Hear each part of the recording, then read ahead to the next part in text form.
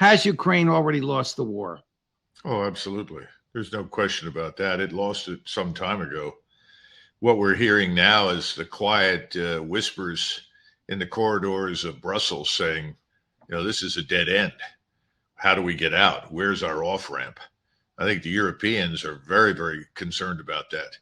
I think there's some concern in the White House, but they haven't figured it out yet. So until they have some kind of off ramp that they think can conceal their folly, having dragged Ukraine into this, as well as Europe, they're going to continue to tell us that things are rosy and getting better and more equipment's on the way.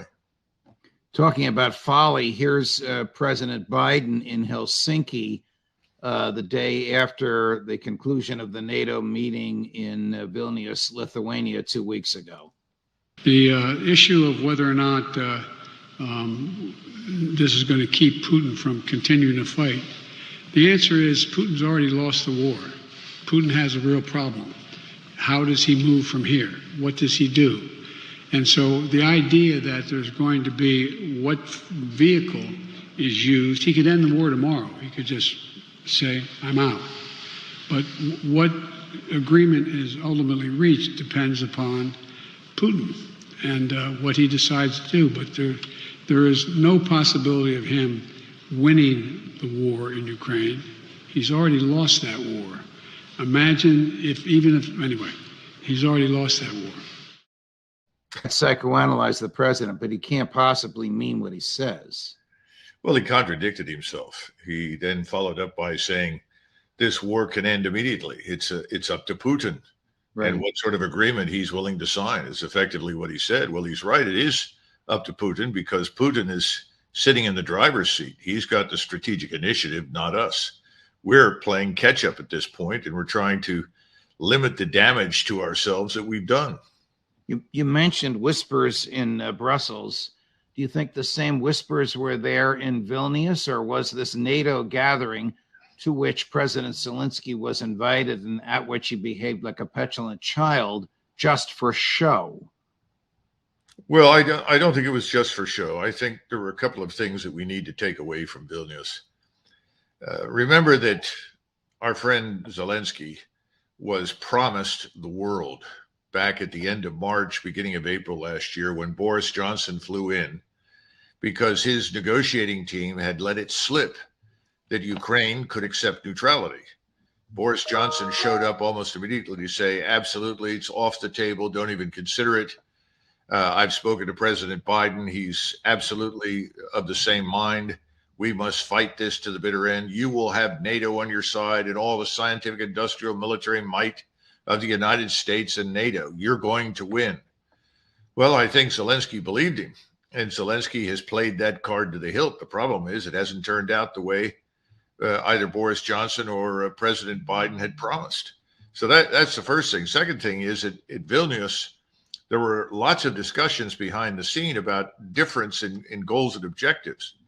Remember, our goals and objectives, as outlined by President Biden in Warsaw when he spoke, are very extreme, very maximalist. The Chancellor of Germany grabbed President Biden and said, look, we don't want to destroy Russia.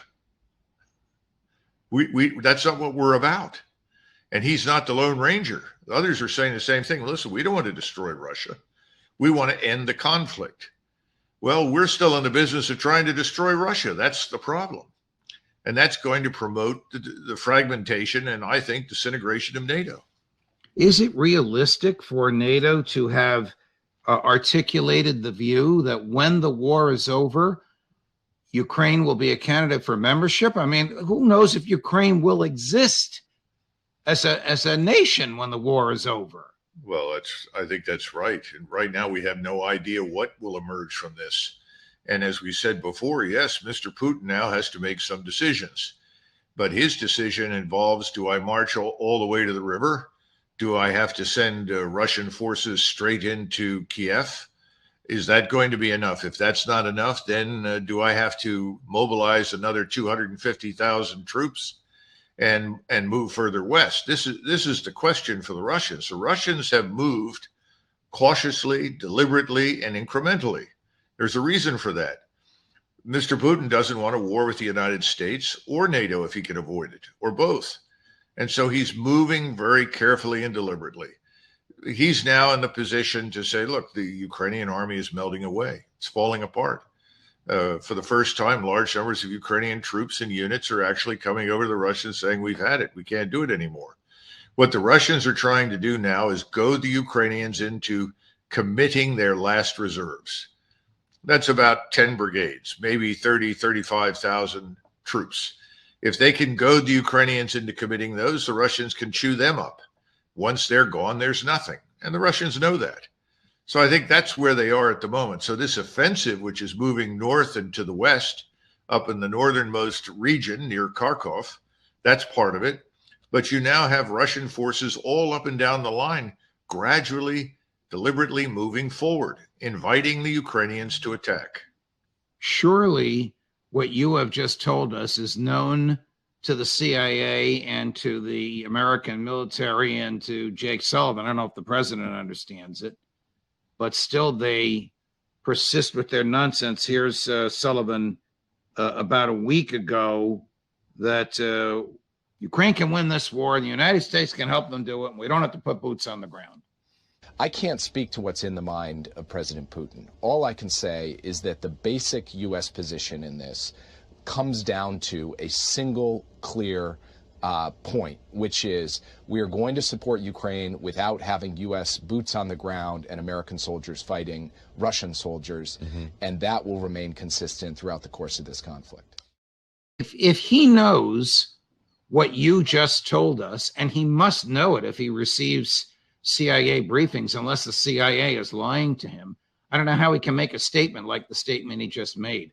Biden's another story. I don't know how he processes facts, but as far as I know, Sullivan is not mentally impaired. Well, no, presumably not, but he's not going to tell the truth at this stage. No one is going to step up and say, this whole thing is falling apart. It doesn't make any difference what we send. Remember, from the very beginning, we were always trying to build Ukrainian military power on the fly. You can't do that. You can't just import sets of equipment from overseas, tell your soldiers to fall in on the equipment, and then after a little bit of training, send them into action. I mean, this is the problem with the way we think about warfare today. Warfare is very complex. It takes a lot of time and technical expertise in order to employ the weapon systems effectively. So it was never a good idea to begin with, but he can't admit that at this stage. So I think the message that Jake Sullivan and President Biden have sent to Moscow is this: gentlemen, you're going to have to march west. Nothing will stop until you make it clear that you unambiguously that you won. And that may involve, running Russian tanks down the streets of Kiev. Unfortunately, that's what they're saying. These people are not reasonable. They're not rational. Anybody else would have said by now, no more death. Hundreds of thousands of Ukrainians are dying. No more wounded. The country itself is being destroyed. But there's no humanity in these people. They don't care, apparently. You and I have talked about this for over a year now. There's no reasonably articulated, militarily achievable goal for the United States and NATO, and politically, there is no off-ramp for the United States and NATO. You told us what Scholz whispered into Biden's ear. I mean, that is telling me that they're thinking about an off-ramp, but what off-ramp does Biden have other than to admit that this was a colossal mistake, worse than Afghanistan? Well, I think he has to say something along the lines of Ukrainian people have done everything that could be expected of them. Ukrainians have fought courageously, but the fighting now must end. And we have to come to terms with the Russians and acknowledge that they have legitimate interests in Ukraine. That's something he doesn't want to do. Secondly, he needs to acknowledge that whatever emerges from these talks that we call Ukraine must be neutral. Now, the Europeans, I'm told behind the scenes, with the exception of the British, are taking the position of, well, that's fine with us. Let's get this thing over with. But the rest of the bunch in London and Washington and New York City don't want to admit that. They don't want to say, fine, we'll accept neutrality. Here's Secretary of Defense Austin. Sounds like he didn't expect the question on whether or not Ukraine truly will join NATO. So you have no doubt that after the war, Ukraine will become a member of NATO? I have no doubt that that will happen, and we heard just about heard all of the countries in the room say as much, and I think that was reassuring to President Zelensky. Just the party line; it can't be realistic. No, I don't think he is. And again, what we don't appreciate is the very severe divisions in NATO behind the scenes. It's not Tell just us about them. It's not just Hungary and Bulgaria. You have various European statesmen now behind the scenes that are saying, look, we're going to have to accept something less than we went after. I think the French are saying that behind the scenes. The Germans certainly are. I don't know how the Swedes and Finns feel at this point, since both of them have been historically neutral, and they were willing to give that up to join this alliance when this alliance cannot prevail in this conflict. And it's very obvious that they cannot. Remember, none of these countries have the wherewithal. They don't have the ready combat formations. They don't have the stockpiles of ammunition, missiles, rockets, artillery rounds. Those don't exist. We don't have integrated air and missile defense forces all the way from Finland down to the Adriatic in northern Italy. If you don't have those things, you cannot go to war unless you're prepared to accept enormous damage. And I think the Europeans are coming around to understand that if they continue to stonewall, if we continue to stonewall an agreement, they risk all-out war with Russia, which is something they are not prepared for. How is it that Ukraine and all of its Western partners have run out of artillery shells? Well, because nobody expected to fight. Listen, the NATO command structure is a job for generals program. We have all sorts of headquarters all over Europe filled with officers and have lots and lots of generals. We've got 4 stars from the various NATO countries as well as our own. It's a wonderful opportunity to go to a nice place, live in a big headquarters, participate in virtual exercises, occasionally go make a visit to some show unit, a group of paratroopers that fall out of the sky and land with other paratroopers who embrace each other as comrades. Of course, none of that stuff is going to have any impact at all in a war. It won't survive. It'll be cut to pieces. These are anachronisms. Doesn't matter. That's what NATO has become. It's a facade. Putin knows that.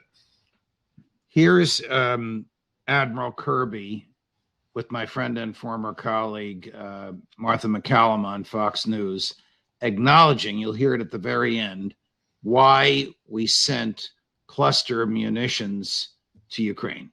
What they really need are the 4 A's: artillery, ammunition, air defense, and armor, tanks. And on all 4 of those, we have provided an extraordinary amount of support at, quite frankly, unprecedented speed. Those are the 4 capabilities they need most. And if you look at the packages, we just announced one yesterday, and there's going to be one here in coming days, you'll see that we are really trying to get them those kinds of capabilities. Now, look, the F-16s will get there probably towards the end of the year, but it's not our assessment that the F-16s alone would be enough to turn the tide here. What they really need more than anything of all those 4 A's is artillery. And that's why the president made a difficult decision to provide cluster munitions as a bridging solution as we build up our production capacity of normal, conventional artillery rounds. That's what they're firing thousands of them a day. It's really a gunfight.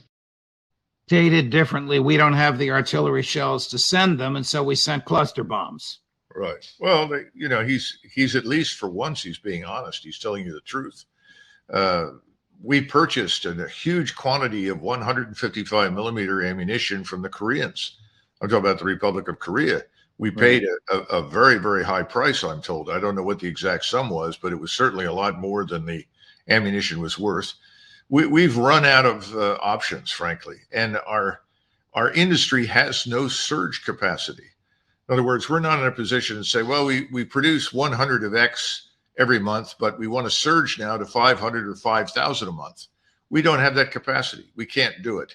So you're talking about things that might make a difference that won't arrive for months. And frankly, by the time the F-16s show up, all the airfields and airstrips in Ukraine are probably going to be in Russian hands the way we're headed. Here's General Milley. I think you'll agree with him on the F-16s are not going to get there, if at all, for a long time. Do a quick math drill here. 10 F-16s are $2 billion. So the Russians have hundreds of fourth and fifth generation airframes. So if they're going to try to match the Russians 1-for-1 or even 2-to-1, you're talking about a large number of aircraft. That's going to take years to train the pilots, years to do the maintenance and sustainment, years to generate that degree of financial support to do that. You're talking way more billions of dollars than has already been generated. How much longer can the war possibly last? The F-16s will never, by the time they get there, there'll be no Ukraine government to receive them. Well, I think that's the real risk at this point. How long will it take once the decision is made by the Russian side to break out of all of these defensive positions and move all the way to the Dnieper River? I don't think it's going to take very long. Again, what the Russians do is that they carefully move forward their integrated air defenses. Then they move forward their strike systems.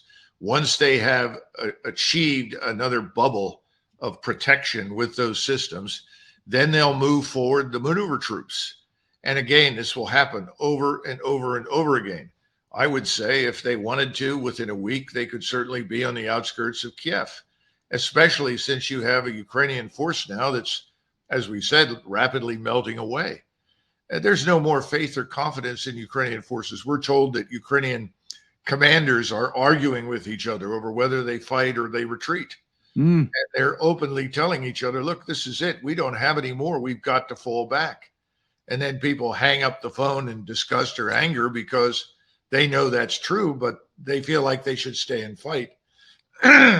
This is the wrong kind of situation to be in an army. Let me tell you, this thing is falling apart, and a lot of people are going to be killed unless we can come to the negotiating table, because you take most of your casualties during retreats and withdrawals.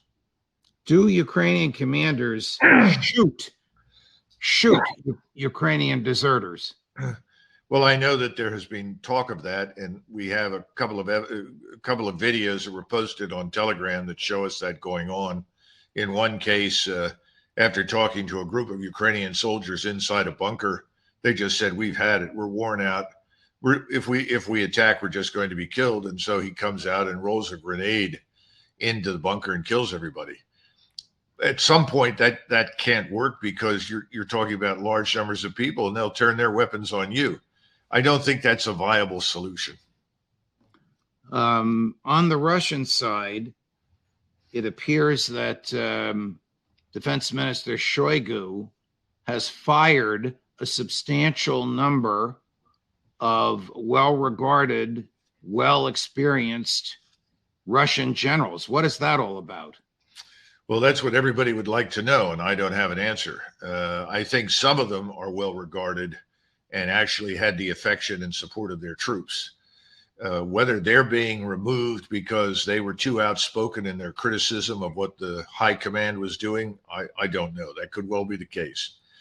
During World War II, the biggest problem that we had with George Patton wasn't what his army did as much as it was what he had to say publicly, because he was extremely critical. And when he was killed at the end of the war, General Eisenhower and a lot of other people were relieved that he was gone, because the last thing they wanted him to do was to go public and tell the truth about all the things that were wrong in the way we conducted the war. So maybe there's some of that. But again, we don't know. We just don't know. And we don't know how deep the bench is. The problem that they had in the Confederacy during the Civil War was they didn't have a deep bench. You couldn't replace people like Jackson or Longstreet or Lee or any of these individuals. The Union Army was in a better position. They had a deeper bench. I don't know what their bench looks like, but I don't think this is what's the right word, a deal breaker or a game changer. They've got plenty of general officers. They'll replace them, and it doesn't appear to have had any impact whatsoever on the ability of the Russian forces to advance, because they're advancing. What is the latest intel from your sources on Prigozhin? Was it a stunt? Was it real? Well, again, the real part is as follows. Number one, don't dismantle Wagner. In other words, we want to keep this around. Please don't put us out of business, because Shoigu and Gerasimov both wanted to dismantle it. So they came to a resolution, and the resolution was those that want to stay part of Wagner can do so. Those who are willing to join the regular army, they're free to do so. And so we're down to 8,000 members of Wagner that are now repositioned in Belarusia, and the rest have been integrated or assimilated into the Russian armed forces. And the second part of it was, look, President Putin, we love you. We don't hate you. We're not trying to remove you, but we really, really, really would like you to take the gloves off and hammer the living daylights out of these Ukrainians to get the war over. Now, in his defense, we've seen the gloves come off. We saw them come off quite recently with this new offensive that is breaking through up in northeastern Ukraine in the direction of Kupiansk, and then they're turning also north towards Kharkov. So that offensive is underway, and that is undoubtedly gratifying to many in the senior ranks as well as the Russian population. But you saw these strikes on the very outer edges of Ukraine against the naval facilities or dock facilities right on the river that borders Romania and Ukraine. Now, there were a couple of reasons that happened. Part of it is bound up with the collapse of this grain deal and the attacks that were launched on grain storage and fuel storage in Odessa. They had to stop the arrival of ships coming in that were supposedly empty, but were carrying weapons and ammunition for the Ukrainians. So that had to end. But this strike up along the river is much more important because it's right on the border with Romania. And these are accurate strikes from drones and missiles. And the message there is a very important one that NATO can't miss. And that is, if you decide to intervene in the last hours of the survival of this Ukrainian regime, and you cross the Polish border, the Romanian border, or you cross into